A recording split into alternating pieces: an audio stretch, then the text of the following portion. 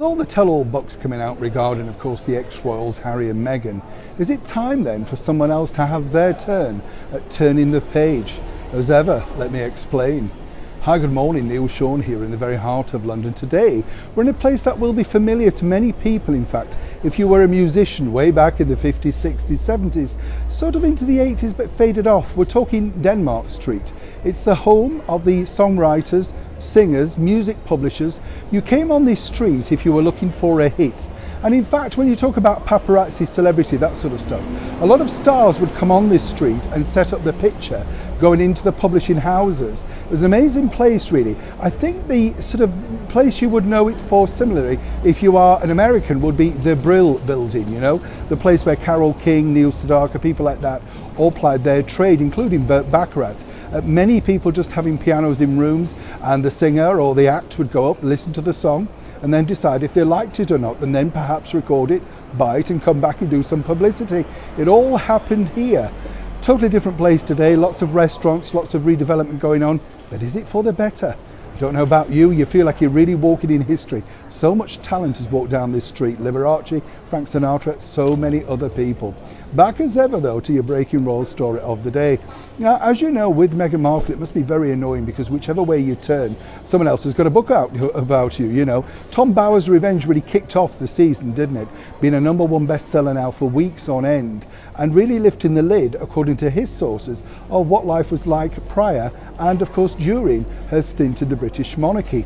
Now we can look forward next month, well in a few days time, to Courtiers by Valentine Lowe, which is currently being serialised in a national newspaper and creating all sorts of ructions.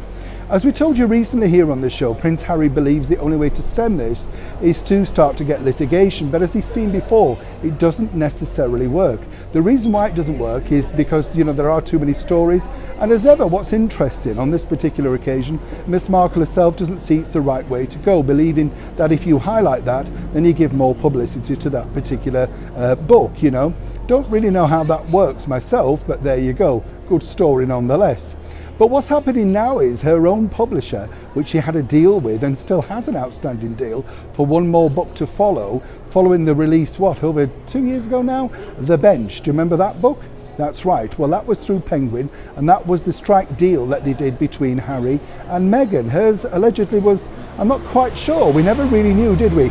Was it a children's book, an inspirational book?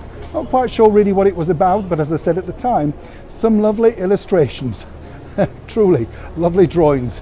Didn't understand any of the words. But now that publisher is pushing hard to say, well, why not, you know, strike back? And as ever, we have to say allegedly. And the deal is, of course, is to get Meghan's take really more of a pictorial rather than a tell-all book with pictures, her memories, her thoughts, and of course citing why it was such memorable experiences, particularly of her time in the British monarchy.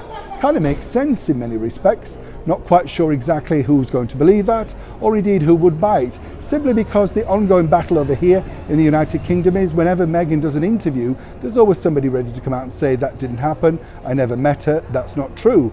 From the very highest, like the Archbishop of Canterbury, to an actor on, you know, The Lion King or Disney or whatever. Seemingly at every turn there's been a, shall we say, a muddying of the realities.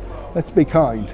But of course the deal could be worth a lot of money, and as we told you, Harry and Meghan need to keep the money coming in, and their only value really is to sell their lives. It is really the deal, you know, they are reality TV stars, if you like. Now, as I say, given the fact that these two books are set to become two of the biggest sellers in the publishing world this year, then it makes perfect sense, if you think, for their publishing house to think perhaps they could have a slice of that cake too. But as ever with Meghan and Harry, at what cost? Neil Sean in the very heart of London.